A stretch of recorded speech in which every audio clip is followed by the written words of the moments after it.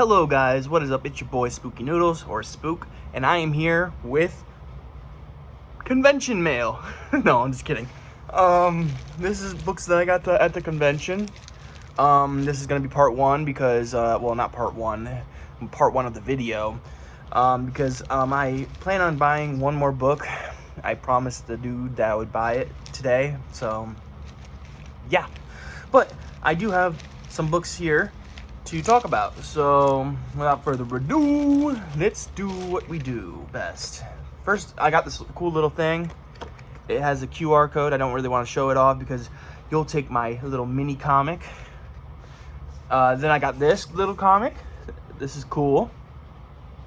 It says Toxic Waste, Neon Guts.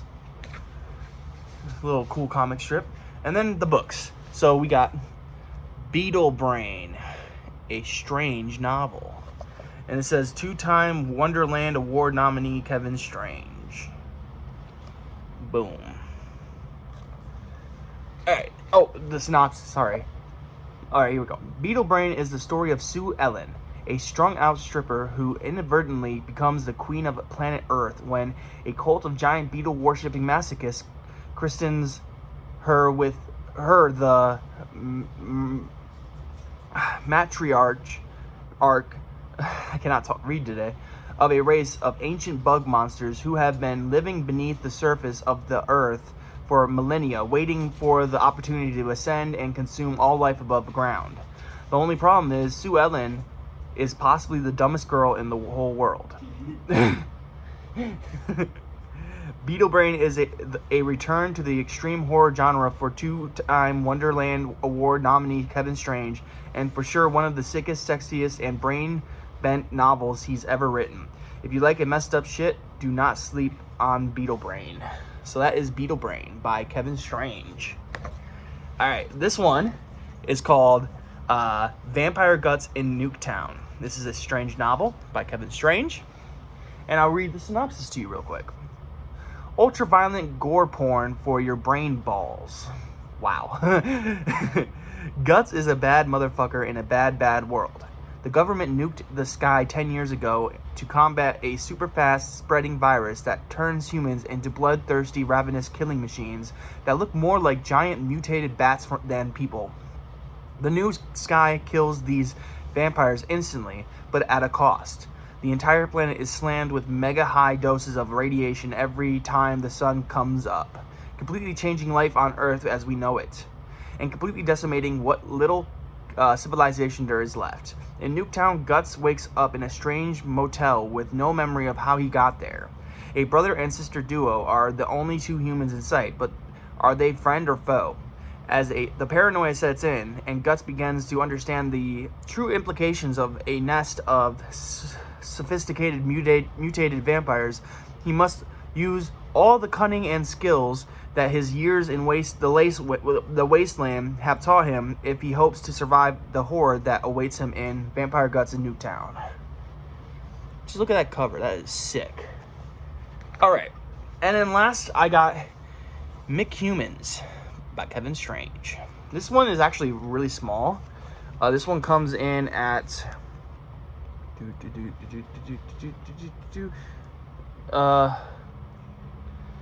sorry, hold on. 65 pages, so it's a very short novella. It's a Lovecraftian bizarro for cereal-fed, television-raised weirdos with a penchant for ultra-violence. So here we go. After Cthulhu awakens and destroys civilization as we know it, humans are used as slaves and food by their new slimy, submerged, I cannot say a word, masters. One such young man, Ricky, works at an undersea fast food joint where he's forced to kill and cook other humans for the deep ones to eat. But he has a plan. His restaurant caters to the big man himself, and if Ricky's plan works, he could pull off the unthinkable. He could actually kill Cthulhu. Ain't that cool? Cannibalism is fun for everyone.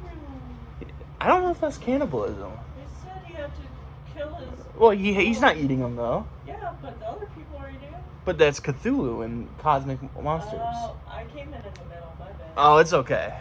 Ignore me. Anyways, those are the stories. I will be back with part 2 of this video later. So yeah, so for now, goodbye. Hello everybody. So I am in my sister's car, and this has been after the Midwest Monster Fest convention, and these are the books that I got from the convention. You already seen the first part of this video, so congrats for making it this far. I'm looking at the wrong side of the camera. I also got this new hat from Kevin Strange, believe it or not. I met Kevin Strange at this event. It says Strangeville. Yeah, I love Kevin Strange, man. He's so cool. I can't wait to read his books. And I actually have one of his books here on display for you guys. Yeah. I just want to say, first of all, thank you to all the vendors that made me feel like I belonged. This was such an experience. I am so happy I did this. I wasn't going to come back for day 2 because of how abysmally bad day 1 was. I cannot say that word. But I was talked into it by my fellow vendors, and they all said that day 2 would be better. And lo and behold, day 2 was better. I sold 13 books on day 2, whereas I sold 3 books on day 1, and one of those books were like out of pity. So yeah, it was not the greatest day for day 1. It took 3 hours to sell my first book. It was just emotionally heart-dropping, but second day was so much better. We sold 13 books, so 16 in total. And wow, what an event. So thank you to whomever set up the event, Midwest Monster Fest, over in Rock Island Fairgrounds, Illinois, or well, East Moline, Illinois. Wow, had a blast. I met Kevin Strange, Ben Wolfe. I met some really cool vendors. I can't think of their names at the moment, but thank you everybody who I met there. It's just been a true wonderful experience. I hope to do it again someday, the convention that is. Maybe this convention, maybe another convention. I was looking at Motor City Nightmares. I was looking at, what was it, Hellhound in Cincinnati. Yeah, I've been looking at other conventions. I would love to do another one. I've been suffering from imposter syndrome or disorder or whatever for a while now, thinking that maybe I don't belong. And this just cements the idea that maybe I do belong, you know. Maybe I should get that through my head, that there is no belonging. The horror community just accepts, you know, very accepting people.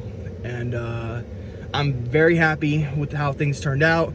I'm so happy that my sister came out with me to help me out. I wasn't sure if she would, and lo and behold, she did. So I'm very happy about that. Doing this by myself would have been an absolute nightmare. And I don't think I could actually have done it. So yeah, thank you. Shout out to my sister for helping out so much. And yeah, Midwest Monster Fest was a blast. And I absolutely recommend going to horror conventions. They're so much fun. You know, you meet fellow hellhounds, and it's just a blast, you know. You know, they had like strict guidelines, but when we got there, they were very loose with the guidelines, you know. Like they said, like no dogs, period, you know. But yet, when we said that was an emotional support animal, they were fine with it. I even saw someone do something they weren't supposed to do by putting pamphlets up elsewhere around the facility. I saw someone do that. I'm not going to name the name, but someone did that, and it was strictly against the rules. So I could see that these people were lenient and they were really nice, and they, you know, fuck the rules, you know, in certain cases. Yeah, it was a lot of fun. I really enjoyed Midwest Monster Fest in Illinois. Definitely want to do it again. There's one in September that I'm thinking about going to, but Hearst Fest is around the same time, and I'm trying to get a booth at Hearst Fest, so we'll see. And then Motor City Nightmares is in July, which would be amazing to do for like my birthday month. But we'll see. I love Motor City Nightmares. It's been 10 years, my bad. It's been 10 years since I've been to Motor City Nightmares, like, to the date. I went in the summer of 2012, right after I got my chemo treatments. It was a lot of fun. Met Tony Todd for the first time. I met him 2 times now.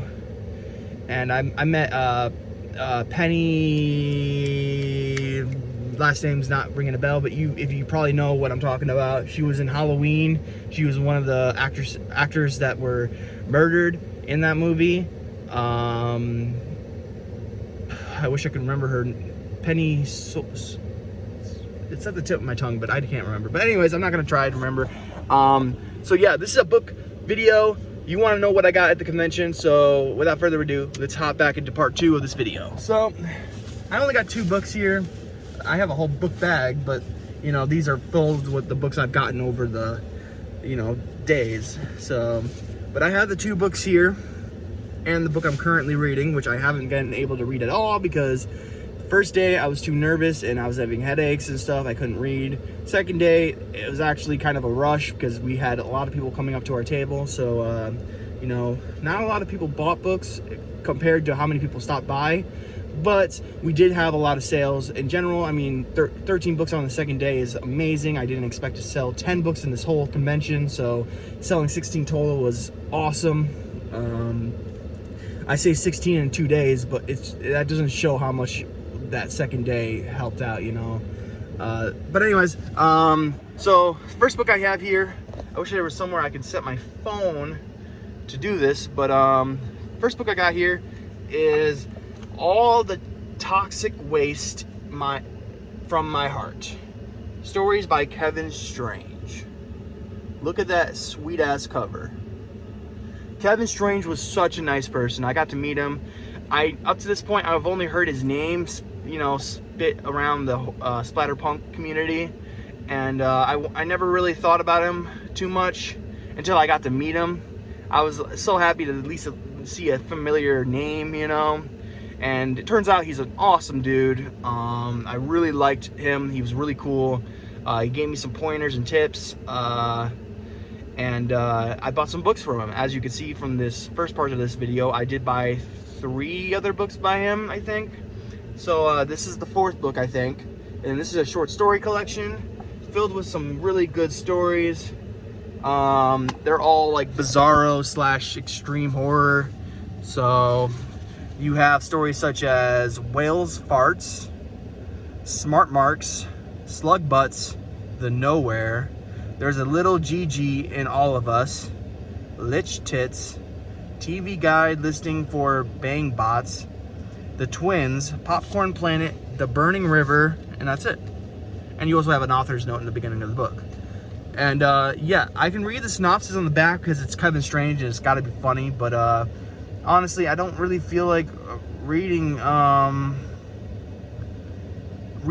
the synopsis because I'm just so tired right now. We're about to leave to go back to Michigan, where I live, near the Flint area.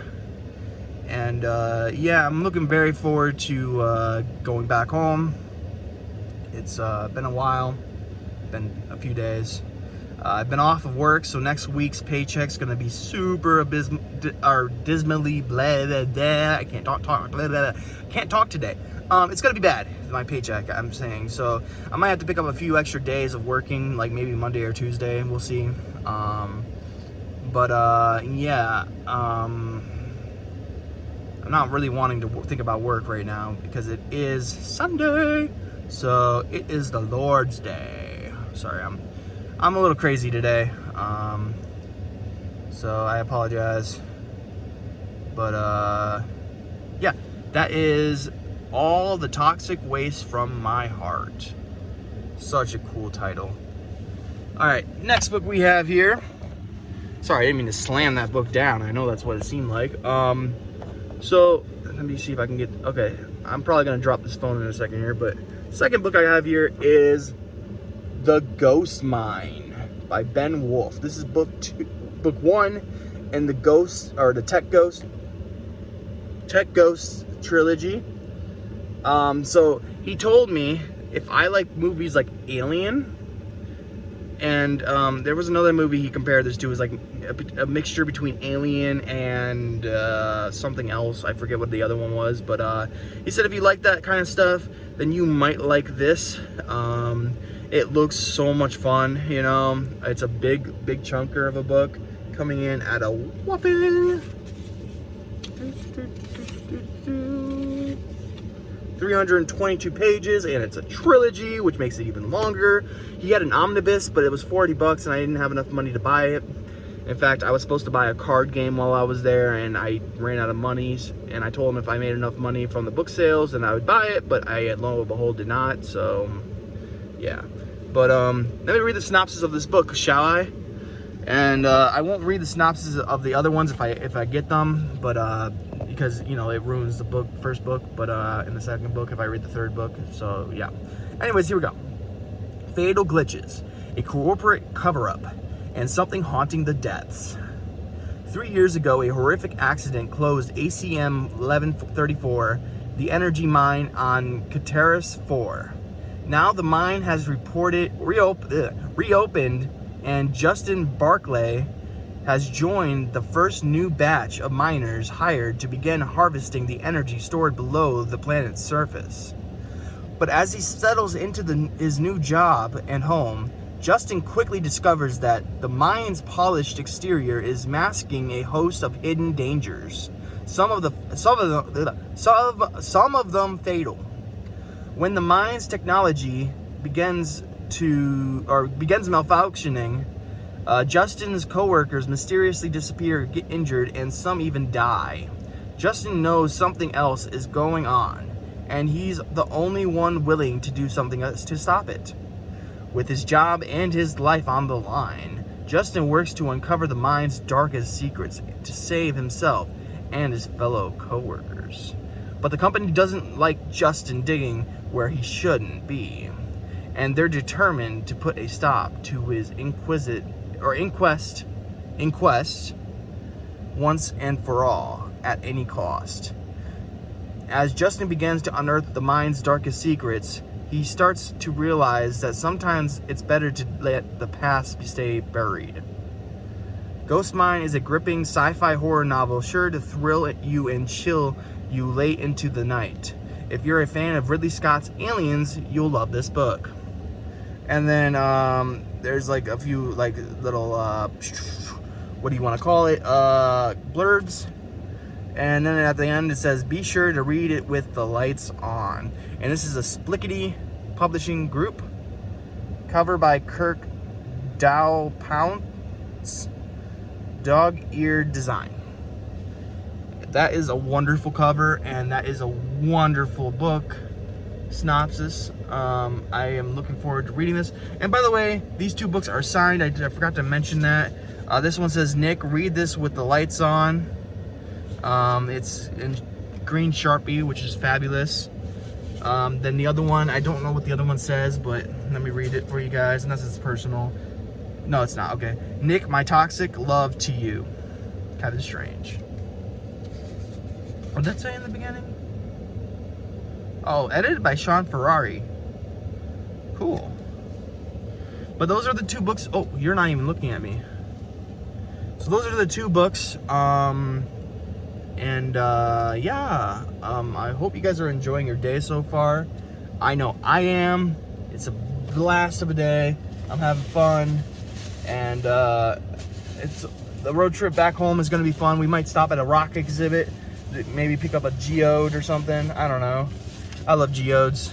Or at least I think I'm thinking of a geode. You know those things that are like rocks, but if you crack them open, they're like really beautiful purple and green crystals. Geode, I think that's what it is. But let me put this in the back seat. There we go. I also got this. I don't know if I already said this, but Kevin Strange gave me this hat. Well, I bought the hat from him. I'm really thinking about doing some Splatter Ink publishing type of hats, selling them maybe at my shows. I don't know, maybe. But yeah, it's been fun. It's been a lot of fun. Midwest Monster Fest. Woo! Going back home though. I got a lot of writing to do, because if this show told me anything, it's that people need more work. People are excited for the Attack of the Dog Man story. That one lady was like, "Where's this book? I really need it." And I was like, "I'm sorry, I don't have it yet. It's not available." You know, so I got to get working on some of these stories. I'm working on a sci-fi horror story, actually a few sci-fi horror stories, because I'm really inspired by Tim Curran's Alien Horrors, and yeah. So without further ado, let's end the video. So I hope you guys are having a great day. I hope you have a spooky night, and I'll catch you in the next video. Peace out.